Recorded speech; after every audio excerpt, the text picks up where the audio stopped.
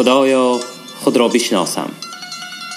کتاب خاطرات از ادبیات شناس و نویسنده شهیر تاجیک زنده یاد رسول هادی زاده. تهیه و صدا رامین هادی زاده.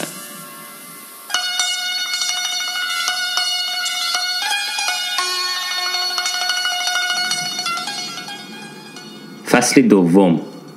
تاشکند. فاکولته شرق. به تاشکند بعد از 22 ساعت رسیدیم. شهری ناآشنا، شهری سرپوشیده، اسرارآمیز و مثل طلسماتی بود برای من. با این همه بیگانگی در این شهر گرانبهاترین چیز گم کرده خود را پیدا کردم. دوره نوی تحصیل علم. علمی که باری به محاطه بوستان او رسیده ولی بوی نبرده، نعمتی به دست نیاورده و ثمری به کامی دل نیافته آن را گم کرده بودم. اینک رسیدن به آرزو و امیدهای دل در این شهر بیگانه، ناآشنا، پر اسرار، گرمی و سروری نهانی در هستی برانگیخته بود. از این سبب ناهمواری و دشواری زندگی که غیر چشم داشت از پیش ما برآمد، ضرری به نومیدی و روح افتادگی سبب نشد. آمدیم به تاشکند که شوکت خان نبود. به مدت 10-15 روز به سفری مسکو رفته است. در 2 خانچه خردی که در حوله کمونالی ساختی پیش از انقلاب واقع بود جای گرفتیم.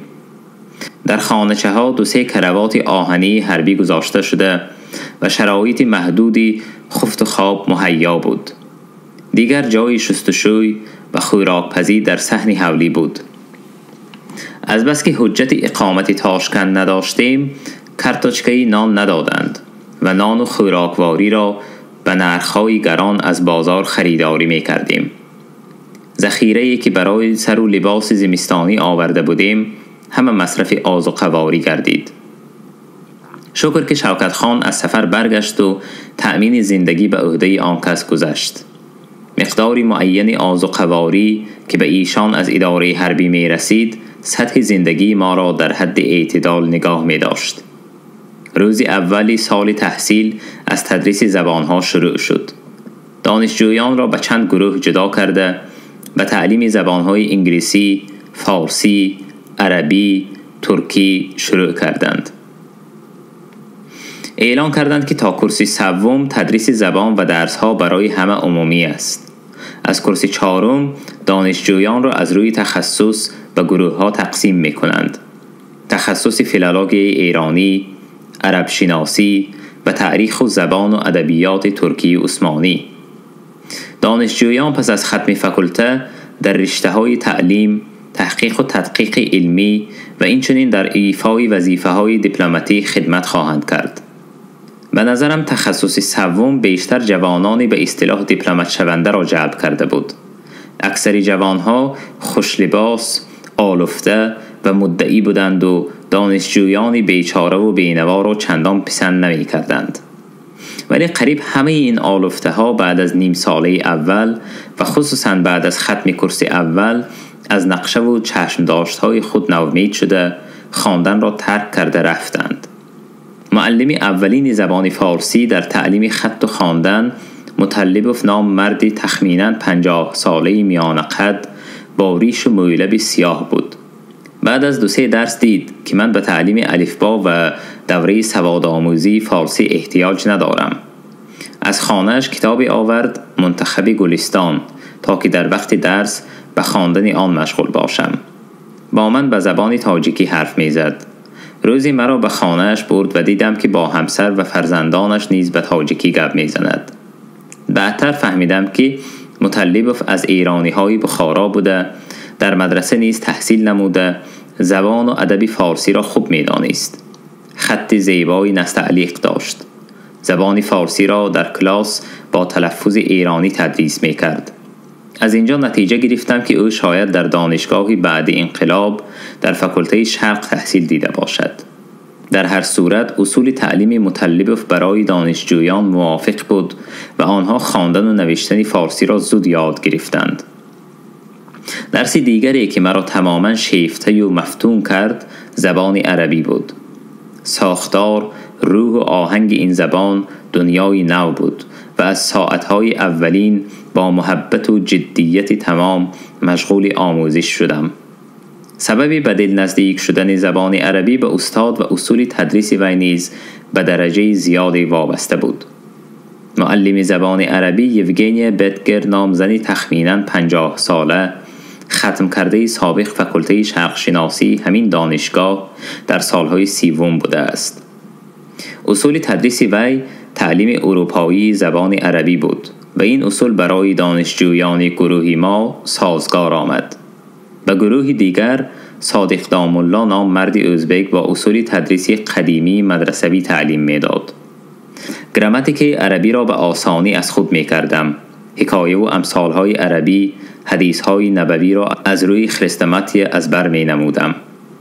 زبان سوم شرقی زبان ترکی و عثمانی بود که استاد آن مرد آذربایجانی به نام یوسف ضیاءاغلی شیروانی بود. این مرد آلفته و به خود مفتون زبان فارسی را هم خوب می دانست. در نوشتن خطهای نستعلیق، نسخ، عربی خاصه ترکی خیلی ماهر بود. اگر به درس دادن حوصله نداشته باشد، از سرگذشت‌های خود، واقعه‌های عجیب و غریب و پندآموز را از تخیلات خود بافته حکایه کردن را دوست می داشت. زبان ترکی و عثمانی را خوب می دانست، اما تعلیم قاعده های علمی آن را نمی دانست. از این سبب بیشتر در تخته کلاس از نویسندگان ترک پارچه های حکایت و قصه ها می نوشت و ما آن را به دفترها می کچانیدیم. پس لغت ها را شرح می داد، بعد نوشته هایمان را قرائت می کردیم.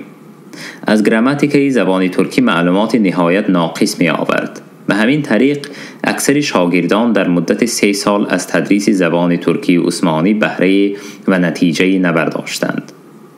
در فکلته شرق تدریس زبانهای روسی و انگلیسی هم موقعی مهم داشت. اما تعلیم این زبانها به تخصص عمومی فکلته کمتر علاقمند بود. از جمله آموزش زبان روسی به ما نتیجه دلخواه نیاورد. هرچی از روسی آموخته بودم نتیجه زحمات معلمان خدا رحمتی ارلاف و ولاشین، اینچنین حاصل مشغولیت‌های مستقلانه خودم بود. باید گویم که تدریس زبان انگلیسی از کورس 4 خیلی پربار و نتیجه بخش بود.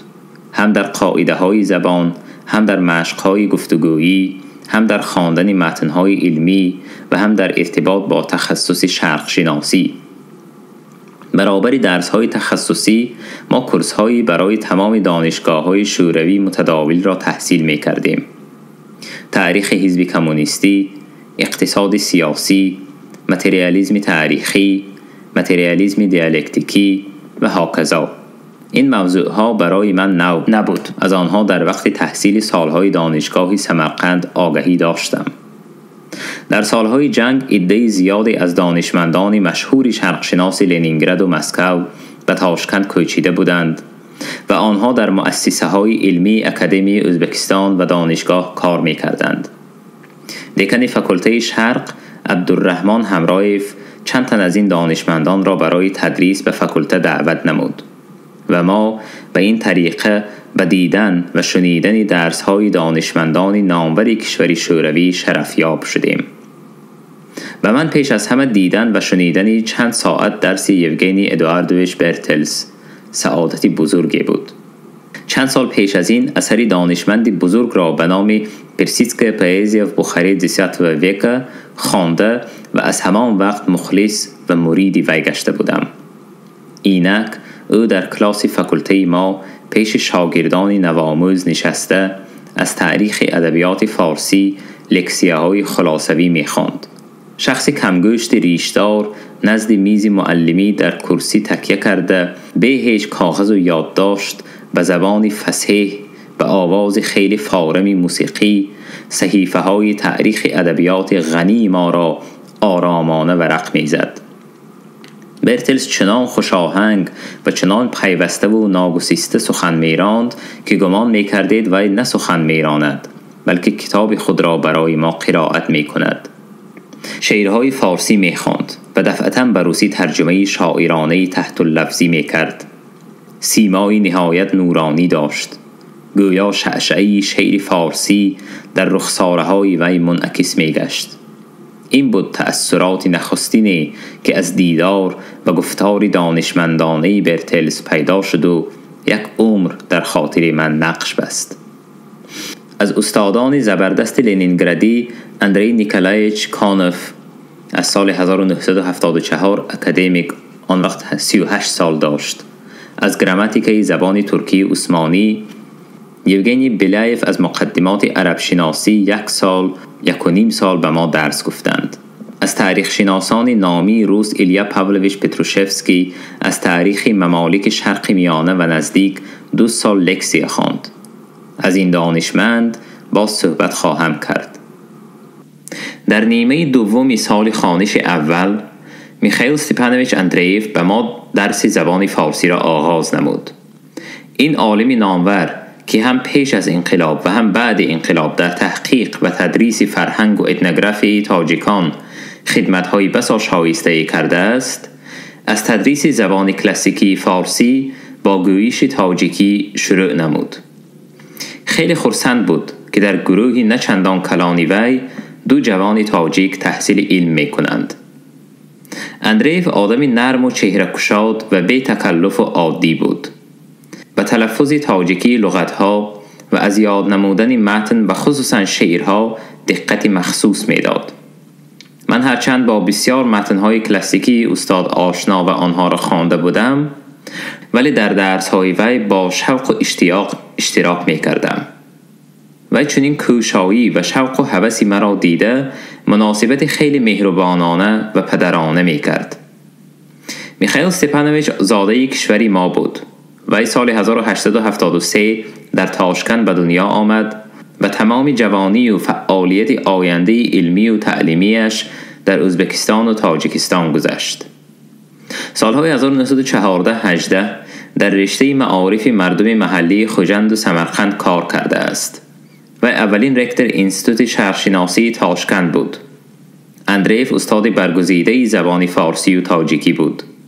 برابری همین در تاریخ مردم شناسی مردم آسیایی میانه و مخصوصاً تاجیکانی کوهستان و پامیر چون دانشمند توانا و پرمحصول معروفیت داشت.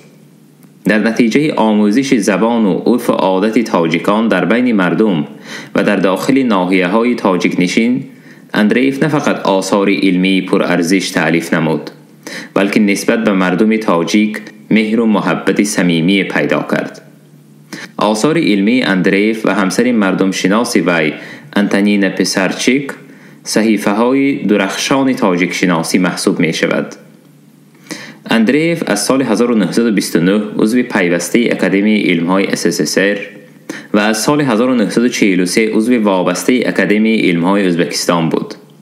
با وجود موقعی شایسته و محترم داشتنش در کشور ازبکان، محبت بزرگش به تاجیکان بود که به دعوت بابا جان غفوروف با همسرش به تاجیکستان آمد.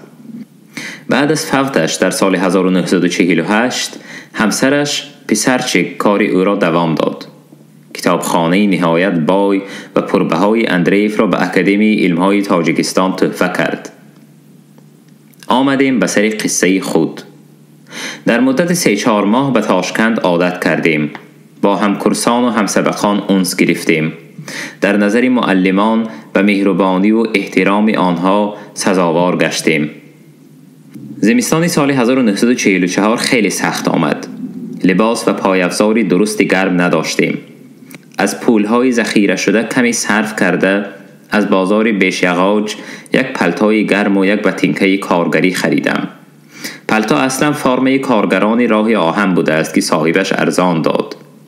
خواهرم تگمه های آهنین تمغدار و پگانهای آن را کنده یک نمودی پلتوی گرجدنی داد و در سرمای پرشدت تاشکند این پلتو سد بلای جان شد. تعطیل زمستانی سر شد و زود راهی سمرقند را گرفتم. اهل خانواده و شهر را خیلی پزمان شده بودم. چند روز در خفت و خوردی آرامانه و با لذت و زیارت عمک‌ها و خویشاوندان گذشت. از صحبت و دیداری پدر، مهربانی و نوازش‌های مادر و بازی و شوخی‌های دادر و خواهران جسم و روح غذا گرفت. روزهای تعطیل زود گذشت و باز خماری تاشکند، خماری دانشگاه بالا شد. در نیم ساله دوم به تاشکند خیلی خوی گرفتیم. به درجه زیاد تاشکندی شدیم. زندگی یک جایه با خواهرم، شوهری آن کس، خاله بچه‌ام شوکت خان و ندیم خان حس غریبی را سبکتر می کرد. شرایط زندگی خوابگاه دانشگاه نهایت بد بود. بنابراین شوکت خان میل نکرد که من به آنجا روم. در آخر زمستان به شوکت خان از کوچه ژلزنیک نزدیک بازار ترکمن و در عقیب تئاتر نوایی یک خانه و دهلیز استقامتی دادند. ما همگی به این خانه کهنه کوچیدیم. نصیبه چنین بوده است که همین خانه و همین کوچه تا آخر اقامتم در تاشکند منزلگاهی من و خاله بچه هایم گردید. در این مدت در فاکولته از تاشکندی ها و دانشجویان محل های دیگر چندین دوست و رفیق پیدا کردم که رشته های دوستی با چندی از آنها تا امروز محکم و پایدار است. یکی از آنها عزیزخان قیوموف است که فرزند معلم کهنسال خوقندی بوده است. دبیر اول حزب ازبکستان عثمان یوسپوف که به واسطه با پدری عزیزخان شناس بوده است، استعداد و آداب و خلق حمیده جوان را دیده به تاشکند آورده، به همین فاکولته به خواندن گذاشته و از خانه خود به وی جای اقامت تخصیص نموده است. عزیزخان جوان خوش سیرت و خوش صورت، خاکسار و حلیمی بود که تا خیلی وقت با چنین شخصی مشهور نزدیک بودنش را هیچ معلوم نمی کرد. وی شعر می نوشت. شعرهایش بد نبودند، اکثر در مذاق کلاسیکی. این را هم ما بعدتر فهمیدیم. رفیق دیگر عبدالقادر حیدمتوف از ساکنان تاشکند بود و در کنار شهر قیلوق در حوله پدر و مادرش میزیست. بسیار شعر می‌خواند و شعر می‌دانست. خودش هم شعرهای خوب می‌نوشت. این دو رفیق من عاشق و راغب تحقیق و آموزش زبان ازبک بودند و هدف ایشان این بود که برای عمیق‌تر و جدی‌تر آموختن تاریخ ادبیات ازبک زبان فارسی و عربی را از خود کنند. دوستی همه ما عبیدالله کریموف بود. این کس از ما 5-6 سال کلانتر و اشتراکچی جنگ وطنی بود. مردی قامت بلندی زردینه روی و چشم کبودی تاتار مانند و در خصلت خیلی خاکسار بود. تا دیر وقت نمیدانستیم که او پیش از جنگ اینستیتوت تکنولوژی تاشکند را تمام کرده، دیپلم هم گرفته بوده است. معلوم شد که وی به این فاکولته برای آموختن زبان عربی و فارسی داخل شده است تا که برای تحقیق تاریخ علم شرق و خصوصاً علوم طبیعی زمینه مستحکم داشته باشد. دوستی ما که در دانشگاه ریشه گرفته بود، بعدها درخت تنومندی گشت و شاخ و برگ‌های آن برای علم ادبیات شناسی ازبک و تاجیک ثمره‌های مفید بار آورد. بعد از 1-2 ماه آغاز نیم ساله دومی تحصیل، روزی میخائیل استپانویچ اندریف مرا به دکانت دعوت کرد و گفت: من از خواندن و کوشش دانشجویان قانع هستم. شما هم خوب میخوانید. تحصیل شما برای آینده تاجیکان سودمند است. اکنون لازم است که کروژاک علمی دانشجویان را سازمان دهیم. این برای جوانان اهمیت کلان دارد. شما تشکیل کروژاک را به عهده میگیرید، من راهنمایی میکنم و تا آخر سال کروژاک باید به فعالیت علمی سر کند. روز استراحت به منزل ما می بیایید، با شما راههای تشکیل کروژاک را مصلحت میکنیم. حوله اندریف در تزاکو نام محل تاشکند در جنوب وکزل در راه ایرپورت پیشینه شهر واقع گردیده بود. این محله اقامت مردم روس هنوز پیش از انقلاب پیدا شده بود. منزل اکثر آنها حولی‌های کلانی بود که درخت‌های میوه و سایه افکن و زمین‌های آبچکاری داشت. حولی اندریف خیلی کلان بود، اما درخت و سبزه کمتر داشت. به نظرم اندریف و زوجه‌اش برای کشت و آبداری زمین کمتر فرصت و حوصله داشتند. اندریف نخست مرا با کتابخانه کلان و پرگنج خود شناس کرد. چنین کتابخانه بای شخصی را بار اول می دیدم. بعضی عکس و البام هایی را که از وقت اقامتش در دهلی و فعالیت علمیش در تاشکند به یادگار مانده بود نشان داد. سپس پیش خدمت زن برای ما چای و شیرینی آورد و نهایت اندریف نسخه آیین نامه کروژاک دانشجویان سابق فاکولته شرقی دانشگاه تاشکند را به من داد و گفت این کروژاک در اولی سالهای 20 در وقت دکن فاکولته شرق بودنم تشکیل شده بود. انا از همین آیین نامه استفاده برده دستوری نو ترتیب دهید، بعد من دیده می برایم. به خانه آمده زود به ترتیب دادن آیین نامه شروع کردم. بعد از آن که تمام کردم از نظر و تحریر اندریف گذرانیدم. پس از 1 ماه مجلس اولین کروژاک را دعوت کردیم. در مجلس غیر از اندریف دکن فاکولته همراه شرکت داشت. آیین نامه را قبول کردند. مرا رئیس کروژاک انتخاب نمودند و فرمودند که مجلس یکم علمی را تشکیل کنم و آنجا برآمد اندریف و بدگر را درباره سالهای 20 فاکولته شرق و محیط علمی دانشجویانش گوش کنیم.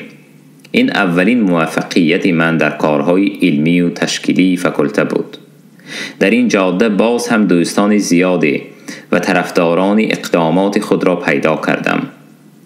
در این ماه‌ها یزنم و خواهرم از افسران تاجیک که در قسم‌های آکروگ حربی ترکستان کار می‌کردند آشناهای خوبی پیدا کردند. روزی هنگامی که از اولین مهمانداری تاجیکان بازگشتند، خواهرم درباره 2 نفر سمرقندی نو آشنایشان نقل کرد. یکی از آنها نویسنده فاتح نیازی نام داشته است و در ردکسی تاجیکی گازت حربی فرونزویتز محرر بوده است و از خواهرم شعرنویسی و ادبیات دوستی مرا شنیده تعیین کرده است که حتما نزد آن کس بیایم. بعد از 2-3 روز به اداره گازت آمدم. رخصتنامه گرفته به اداره ردکسی در آمدم. مرا جوانی نوچه لباسهای شینمی حربی در تن با پگان معیار قبول کرد. چهره کشاد و خنده جذاب آن کس مرا زود به خود جلب نمود. این جوان فاتح نیازی بود. من پدر شما را می دانم. در مکتب یکم مدیر بودند و به ما درس می دادند، گفت نیازی بعد از سلام و پرسپاس‌های گرم. نیازی از وضع زندگی و رفت تحصیل من به تفصیل سوال کرد و گفت که در ردکس بعضی کارها هست از ترجمه و تألیف. اگر شما به اجرای این کارها قادر باشید برای زیاد کردن ملکه ایجادی و درست کردن وضع زندگی کمک خواهد شد. پس یک آچرک خرد و چند مصرع شعر روسی را برای ترجمه داد.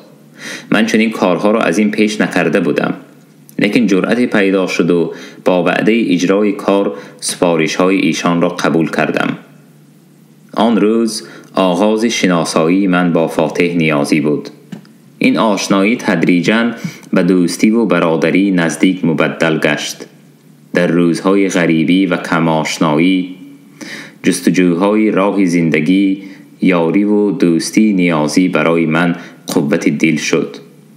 ایشان هم یاری معنوی و هم مدد مادی رسانیدند.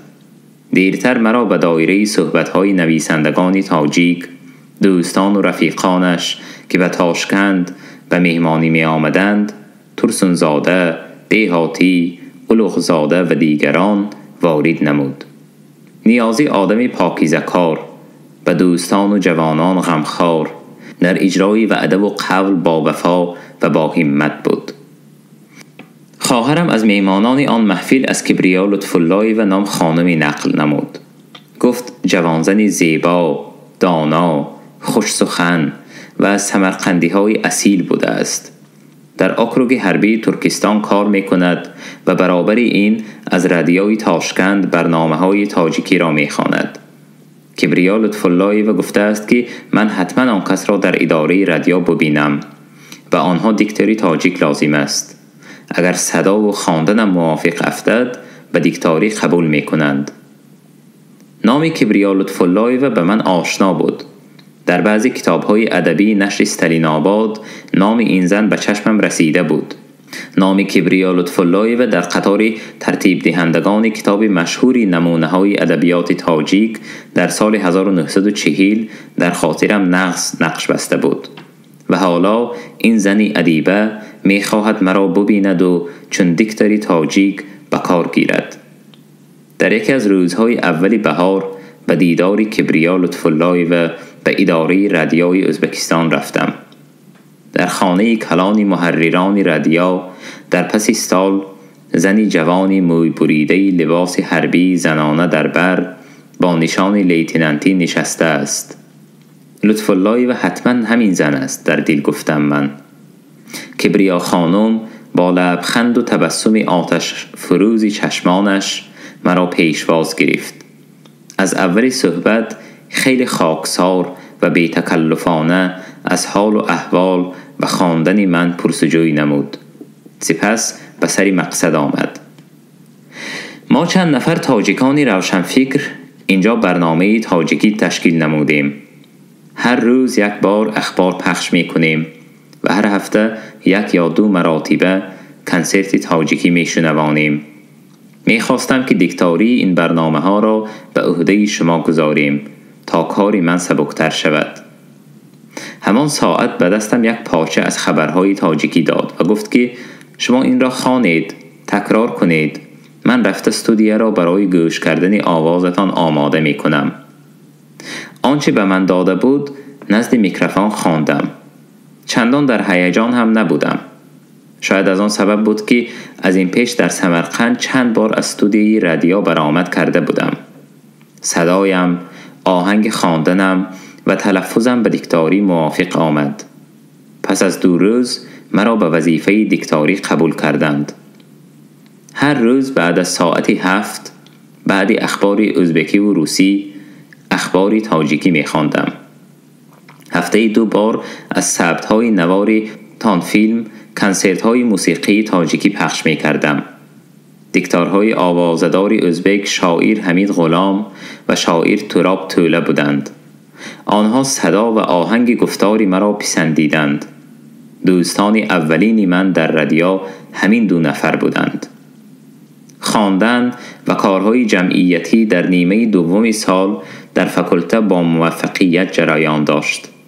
مرا به صف کمسمال قبول کردند. علاوه به کار کروژاک علمی به کار گازیته دیواری هم جلب کردند. وضع زندگی بهتر می شد. از جهت معنوی و روحانی هم اعتقاد و استواریم بیشتر می گردید. در پایان سال تحصیل روزی مبارک غلبه جنگ بزرگ وطنی آمد. شکوه و تنتنه و شادی بزرگ این روز و این ساعت را از همسالان و شریکان شاید من بیشتر حس کرده باشم. در اداره رادیو 8 می گفتند که ما باید در سر کار باشیم. زیرا فرمان سرفرمانده استالین می آید آن را به 3 زبان خواندن لازم است. به وقتی شب 8 می متن فرمان استالین آمد. به تاجیکی اسحاق محوشف ترجمه کرد. از ساعت 6 روز 9 می سر کرده هر ساعت فرمان استالین را به زبانهای ازبکی و تاجیکی و روسی می خواندیم. در کوچه های اطراف بنای رادیو و گلگشت روبروی مردم در لباس های عیدانه اجتماع کرده می رقصیدند. سرود می خواندند. اشک های شادی می ریختند. این روزی آفتابی روشن و منور هیچ از یاد نمی رود. از یاد نمی رود که مژده این روزی بزرگ تاریخی را به زبان تاجیکی از رادیوی تاشکند من پخش کردم. سال اول تحصیل دانشگاه به آخر رسید. در پیش 2.5 ماه تعطیل بود. این مدت دراز را در سمرقند در بیکاری گذرانیدن از روی صلاحیت نبود. چند وقت پیش استاد زبان عربی هم خانم بدگر پیشنهاد کرد که در وقت تعطیل در اینستیتوت دستنویس‌های شرقی اکادمی علوم ازبکستان به حیث لبرند کار کنم. شاید برای آینده کارهای علمی تجربه حاصل گردد. به این پیشنهاد راضی شدم. تحت راهبری دیرکتور اینستیتوت پروفسور الکساندرویچ سمیانوف کار کردن شرف بزرگی بود. هر روز ساعت 9 به کار می رفتم. آن وقت بنای اینستیتوت در آخر کوچه لنین، حاضر خیابانی که به میدان نمایش ها نزدیک است، منجر به کوچه استالین واقع گردیده بود. سمیانوف مرا خوب پذیرفت. یک دستنویس تاریخی را پیشم ماند. آن را می خواندم و وی به دستنویس نگاه می کرد و خواندن مرا به دقت گوش می کرد. گفت که سوادم نقص است. می توانم در تدقیق دستنویس ها کار کنم. این البته در آینده می شود گفت و مرا پیش یک نفر خادم علمی و شاگردی گذاشت تا با راهبری آن شخص با ساختار و نوشتجات دستنویس ها آشنا شوم. من هر روز تا ساعت 2 در اینستیتوت کار می کردم. بعد به خانه آمده خوراک می خوردم و استراحت می کردم. بیگاه به رادیو به کار دیکتاری می رفتم. یک ماه تجربوی در اینستیتوت به آخر رسید. غیر از مددگاری به آن شخص کتابشناس، از روی توصیه سمیانوف دستنویس تاریخی مقیمخانی را می خواندم.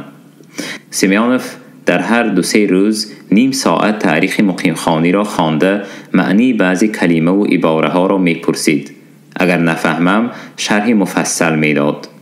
به همین طریقه در ظرف 1 ماه با انواع دستنویس ها و خصوصیت های آنها کمی باشد هم با طرز و اصول راهبری علمی چنین شخصی نامدار مثل سمیانوف آشنا شدم. در رادیو نیز کار می کردم. کبریا خانم به من چون دادرش غمخواری می کرد. روزی دید که کمی لاغر و لباسهای تابستانی هم کهنه و فرتوت شده است. گفت: رسول خان، پول دیکتاری به خیالم به شما کمی می کند. سمرقند رفتنی هستید. به پیش پدر و مادر با لباسهای نو رفتن لازم است. فردا به خانه بیایید، 1-2 حکایه خرد عبدالله اکا رو به شما می دهم. ترجمه کنید، کمی پول کار می کنید. بعد خندیده اضافه کرد: عبدالله اکا یعنی عبدالله قهار، نویسنده ازبک. ما 2-3 ماه پیش ازدواج کردیم.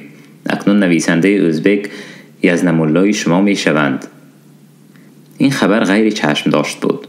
کبریا خانم زبان ازبکی را خیلی بد می دانست و به آموختن این زبان چندان رغبتی هم نداشت. چه خیلی وی با نویسنده نامدار ازبک آشنا شده است و اکنون آنها بین خود چه خیلی گفتگوی می کرده باشند. حیران شدید؟ چطور خواهر شما شوهر ازبک را انتخاب کرده است؟ آن کس اصلا تاجیک هستند. از تاجیکان اطراف خوقند. ما به زبان تاجیکی به هم آشنا شدیم. به زبان تاجیکی زن و شوهر شدیم و در خانه به زبان تاجیکی گپ میزنیم. کبریا خانم و عبدالله قهار در کوچه ژوکوفسکی اقامت داشتند. سرگه کوچه محل اقامت طبقه اشراف زیاییان ازبکستان بود. در حوله یا کاتیج های پیش از انقلابی منصبداران روس امروز شخصان معروف ازبکستان استقامت داشتند. اقامتگاه عبدالله قهار از 2 خانه کلان، آشخانه و حجره های دستشویی و تنشویی عبارت بود. خانه جهاز و مفرش و مبل های به نظر نمایان نداشت. در خانه کلان عمومی نشسته بودم که عبدالله قهار، مردی تخمیناً 40 ساله قامت بلند و خوش صورت، از خانه خواب برآمد. انا عبدالله اکا، دکتر جوان تاجیک که به شما معقول همین کس رسول خان هادی زاده هستند. خدا خواهد ترجمان اولین شما به زبان تاجیکی می شوند. کبریا خانم خوشحالانه مرا به شوهرش شناساند. تا حال یک خودتان بودید کبریا خان، اکنون 2 کس شدیتان. خدا خواهد مرا به اصل تاجیکی هم می رسانیتان. با تبسم گفت عبدالله قهار. عبدالله قهار کسی کمگپ بود، اما با متایبه و شوخی های پرظرافت سخن می کرد. تاجیکی را خوب حرف می زد، هرچند آثار تلفظ ازبکی حس کرده می شد. آن روز کبریا خانم پلوی خوشمزه و خوشبوی پخت. در وقت رفتنم 2 حکایه هجوی عبدالله قهار برای ترجمه داد. ترجمه حکایه ها را بعد چند روز پیش عبدالله قهار و کبریا خانم خواندم. عبدالله قهار در چند جای ترجمه را تصحیح نمود. کبریا خانم هم سبک و اسلوب حکایه را بهتر ساخت. تا به آهنگ نوشته های نویسنده نزدیک شود. حکایه ها را از رادیو خواندم، حق قلم ترجمه را گرفتم، از پول آن سر و لباس ها را نو کرده عازم سمرقند شدم. کبریا خانم کمی پول و سوغاتی برای پدر و مادرش داد و یک کنورت را با نامه خودش به من سپرده. گفت این کنورت را به دست پدرم می دهید، زیرا این مکتوب مرا فقط آن کس خوانده می توانند. به خط عربی نوشتم، عربی که پدری بزرگوار خودشان به من آموخته بودند. تعطیل در سمرقند خوب گذشت. سبب این پیش از همه پایان یافتن جنگ 4 ساله پردهشت بود. سطح زندگی هرچند هنوز بلند نبود، اما آرامی و آسودگی هم در فضای شهر و هم در سیمای و روحی مردم حس کرده می شد. چند روز به دیدار و صحبت پدر و مادر، عمک و عمک بچه ها گذرانیدم. پدرم از دیدار و از کار و خواندنم شاد و قانع بود. توفیق و برای کار در تحصیل، در کارهای جمعیتی، در اینستیتوت دستنویس ها، در رادیو، شناسهای نوی تاجیک و ازبک که به من راهنمایی و مددگاری می کردند پدرم را شاد گردانید. خصوصا هر روزه شنیدن صدای من از رادیوی تاشکند باعث آسودگی و افتخار پدر و مادر بود. بعد 1-2 روزی آمدنم به سمرقند به دیداری پدر کبریا خانم لطف الله مختوم رفتم. پدرم ایشان را در جوانی دیده و هم صحبت شده بوده است. خواهرم مهوش خان با دختری خرده ایشان در دانشگاه سمرقند تحصیل می کرده است و باری به حولی آنها رفته به دیدار لطف الله مختوم رسیده بوده است. در راهروی حولی دادر کبریا خانم پیشواز گرفت و به ایوان سایه و سلقین برد. در ایوان روی کد موی سفید بالای کورپچه ها به پهلو یازیده بود. این کس لطف الله مختوم پدر کبریا خانم بود. آنچه اول به نظر رسید ریشی درازی سفیدی مثل ابریشم مهینی آن کس بود. موی سفید در سر کلپوشی حاجگی، در تن کرته و ایزاری صوف آهری داشت و بالایش با جای پوشی تنک پوشیده بود. بالای کد پایان پای لطف الله مختوم جای گرفتم. بعد از پرس و پاس از تاشکند، از احوال من، از پدر و عمک‌های من، لطف الله مختوم گفت اولاد شمایان خواجگان میرکانی آدوان متبرک هستند. قریب 12 سال در محکمه قاضی عیسی خان و قاضی ابوالحی خواجه عمک باباهایتان میرزا شده کار میکردم. در اجرای مهماتشان خدمتگزار بودم. قبلگاهی شما و عمک‌هایتان را در همانجاها دیده بودم. بابای و عمک‌هایتان آدوان تبرک بودند. جایشان جنتی تحت الانهار است. لطف الله مختوم کمی به خیال فرو رفته بعد پرسید عاجزه ما چطور است؟ شنیدم به نکاح نویسنده ازبک در آمده است. از کدام ازبک ها باشد داماد؟ داماد اصلش تاجیک بودند. آدمی خیلی خوب، خیلی مهربان. هر دویشان تاجیکی گپ میزنند. 2-3 بار در خانه اشان بودم. نویسنده کلام باشند هم خیلی خاکسار هستند. لطف الله مختوم چشمانش را پوشیده به اندیشه فرو رفت و بعد گفت کبریا پادشاه برای من هم دختر و هم پسر بود. از بچگیش زیرک و خوش ذهن بود. شعر فهم بود. شعرها را زود از یاد می کرد. خودم به وی الفبای عربی را یاد دادم. در 1 سال کتاب‌های فارسی را میخواندگی شد. هر کجا باشد سلامت باشد. خدا از آفتش نگاه دارد.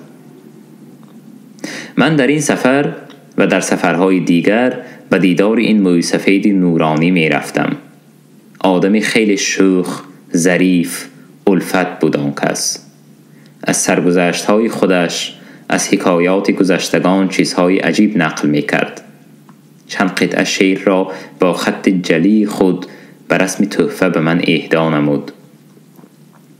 تابستان سال 1946 با خواهش کبریا خانم لطف الله مختوم را به تاشکند بردم. به این سفر قبلگاهی من و برادرم مهدی خان هم پایی کردند. آنها را به یک ماشینی بارکش سوار کرده خودم با پاییز به تاشکند رفتم. لطف الله مختوم و پدر و برادرم یک شب در جزه خواب کرده روزی دوم بیگاهی به تاشکند رسیدند. عبدالله قهار هم پدری خود را از خوقند دعوت کرده بوده است. کبریا خانم به هر دو موی سفید خانه محرمانه جدا کرده داد و موی سفیدان به هم انس گرفته چند روز هم صحبت و هم خواب بودند. پدری عبدالله قهار سله و جامه نداشت. کله پوشی چستی و کمزولی سیاه پوشیده در وجاهت شخصی عادی دیهاتی می نمود. به زبان تاجیکی لهجه کوهستانی گپ می زد. بعد از 15-20 روز لطف الله مختوم و پدر و برادرم باز با ماشینی بارکش به سمرقند بازگشتند. سال 1945 شوکت خان را به ترکمنستان به خدمت فرستادند. در خانه کوچه ژلزنیک من و ندیم خان تنها ماندیم. کارمندان اداره حربی چیز و چاره‌هایی به امانت داده خود را گرفته رفتند. در خانه کلان خالی من و ندیم خان با یک کراوات نیمکاره و چند کورپه و لوله از خواهرم مانده زندگی سر کردیم. در او تریزه خانه راست به کوچه می برآمد. در هوای گرم بعد درس هر دو بیرون برآمده در لب جویچه شالچه پرتافته در کرسینکه خوراک پخته چای جوشانده می نشستیم. از کرسی دوم عالمی نامدار ارخیالوگ مشهور شیشکین از تاریخ آسیای میانه لکسیه می خواند. این استاد پردانیش از جای نخیسته سر از دفتری نوشتهش نبرداشته با صدای پست سخن می راند که در اودیتوری کلان شنیدنی گپش دشوار بود. علاوه بر این دانشجویان از سخنرانی دلگیر کننده استاد به تنگ آمده بین خود صحبت می کردند و در نتیجه در تالار غلغلی به میان می آمد. شیشکین به همه این اعتنا نکرده به خواندن لکسیه سرگرم بود. گاه غلغل دانشجویان از حد گذرد می گفت «Товарищи, прошу тишину, ведь я сам себя еле слышу». رفیقان، خواهشمندم خاموشی را رعایت کنید. آخر من آواز خودم را خودم به زور می شنوم. خلاصه از این استاد پردان بهره درست برداشته نتوانستیم. از نیمه دوم کرسی دوم برای دانشجویان فاکولته پروفسور ایلیا پاولویچ پتروشفسکی 1898-1977 از تاریخ کشورهای شرق نزدیک و میانه به لکسیه سر کرد. شنیدن درس استاد بزرگوار دانشگاه لنینگراد برای ما شرفی بزرگ بود. هرچند نه همه دانشجویان به قدر این نعمت می رسیدند. پتروشفسکی پرتفلی کلان پربار در دست چابک گویا به درس دیر کرده باشد به کلاس داخل می شد. پرتفل را بالای میز می گذاشت و در طی تمام درس باری آن را نمی کشاد. در یادش بود که درس گذشته در کجا و در کدام واقعی تاریخ قد یافته بود. ذکری مختصری از آن واقعه کرده به درس نو می گذشت و به زبان فصیح و روشن روسی سخن می کرد و سخنهایش روان، برا و خوشاهنگ بودند. در وقت خواندن لکسیه کمی باشد هم نمی نشست. نام اشخاص، شهر و بلاد و مملکت، عنوان کتاب و مأخذها و سنه‌های تاریخی را در تخته می نوشت تا ما در دفتر به خطا ثبت کنیم. بعد از هر دو لکسیه پتروشفسکی برای سوالهای ما وقت جدا می کرد. پتروشفسکی از متخصصان نامدار تاریخ ایران در دوره پس از استیلای مغول بود. خصوصا در تاریخ ایلخانیان ایران در عصر 13 دانشمند توانا بود. هنگامی که از تاریخ ایلخانیان درس می‌خواند گویا قصه دلانگیزی می‌گفت و ما گوش و هوش شده گوش می‌کردیم.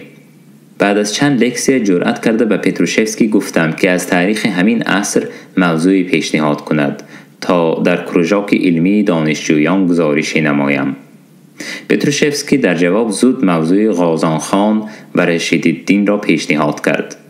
دوره حکمرانی غازان خان که اسلام آورده بود سالهای شکوفایی دولت ایلخانیان و علم و ادب مسلمانی ایران بود. وزیری غازانخان رشیدالدین، دانشمند و تاریخشناس مشهور، اثری بزرگترین را به مثال دایره المعارف تاریخی با نام جامع التواریخ با مدد و همکاری مؤرخان محلی و مغول به وجود آورده بود. خلاص رشیدالدین سیمای بزرگ تمدن ایرانی دوره حکمرانی ایلخانیان، خاندان آخرین چنگیزیان در ایران بود. سیمای رشیدالدین و شخص غازانخان تا رفت مرا بیشتر جلب می نمود و در مدت 2 ماه از روی ادبیات زبان روسی و انگلیسی مواد بسیاری جمع آورده و نوشتن معروضه علمی شروع کردم. معروضه را می نوشتم و در گوشه خیالم فکری می آمد که کاش مرا قدرت نویسندگی باشد که درباره زمان غازانخان و نابغه عصر رشیدالدین رمانی تاریخی تألیف کنم. به نظرم این اولین آرزوی به اثرهای بدیعی تاریخی روی آوردن من بود و بعد از 20 سال به آستانه این آرزو رسیده نخستین قصه تاریخی بوی جوی مولیان را تألیف نمودم. در اول ماه می در کروژاک علمی فاکولته معروضه خود را به حکم استادان و دانشجویان فاکولته برآوردم. ایلیا پاولویچ به گزارش بهای خوب داد. دانشجویان هم از روی دوستی و رفاقت و مضمونی جالب گزارشم تحسین و آفرین گفتند. این اولین محصول کوششات علمی بود که به شکل مقاله حاضر کرده بودم. شاید همین مقاله به راهنمایی پتروشفسکی بود که راه و اسلوب آینده تحقیق و تألیف مرا در علم معین نمود. بنابراین تا امروز سیمای نورانی و پر از دانش استاد شادروان ایلیا پاولویچ پتروشفسکی را با عرض منت‌پذیری و مهر گرم شاگردانه پاس می دارم. پتروشفسکی بعد از 1 سال یعنی بهار سال 1947 لکسی خود را به آخر رسانیده به لنینگراد رفت و در آنجا در اکادمی علمها و در دانشگاه لنینگراد مشغول تدریس و تحقیقات علمی بود. در این سالها اثرهای بزرگترین خود را دایر به تاریخ دوره استیلای مغول در ایران تألیف نمود. من اثرهای وی حتی مقاله های خردترین او را پیدا کرده مطالعه می کردم و یک جهان دانش می اندوختم. خصوصا کتاب پتروشفسکی اسلام در ایران از کتاب‌های روی میزی من است. قبرش پر نور باد.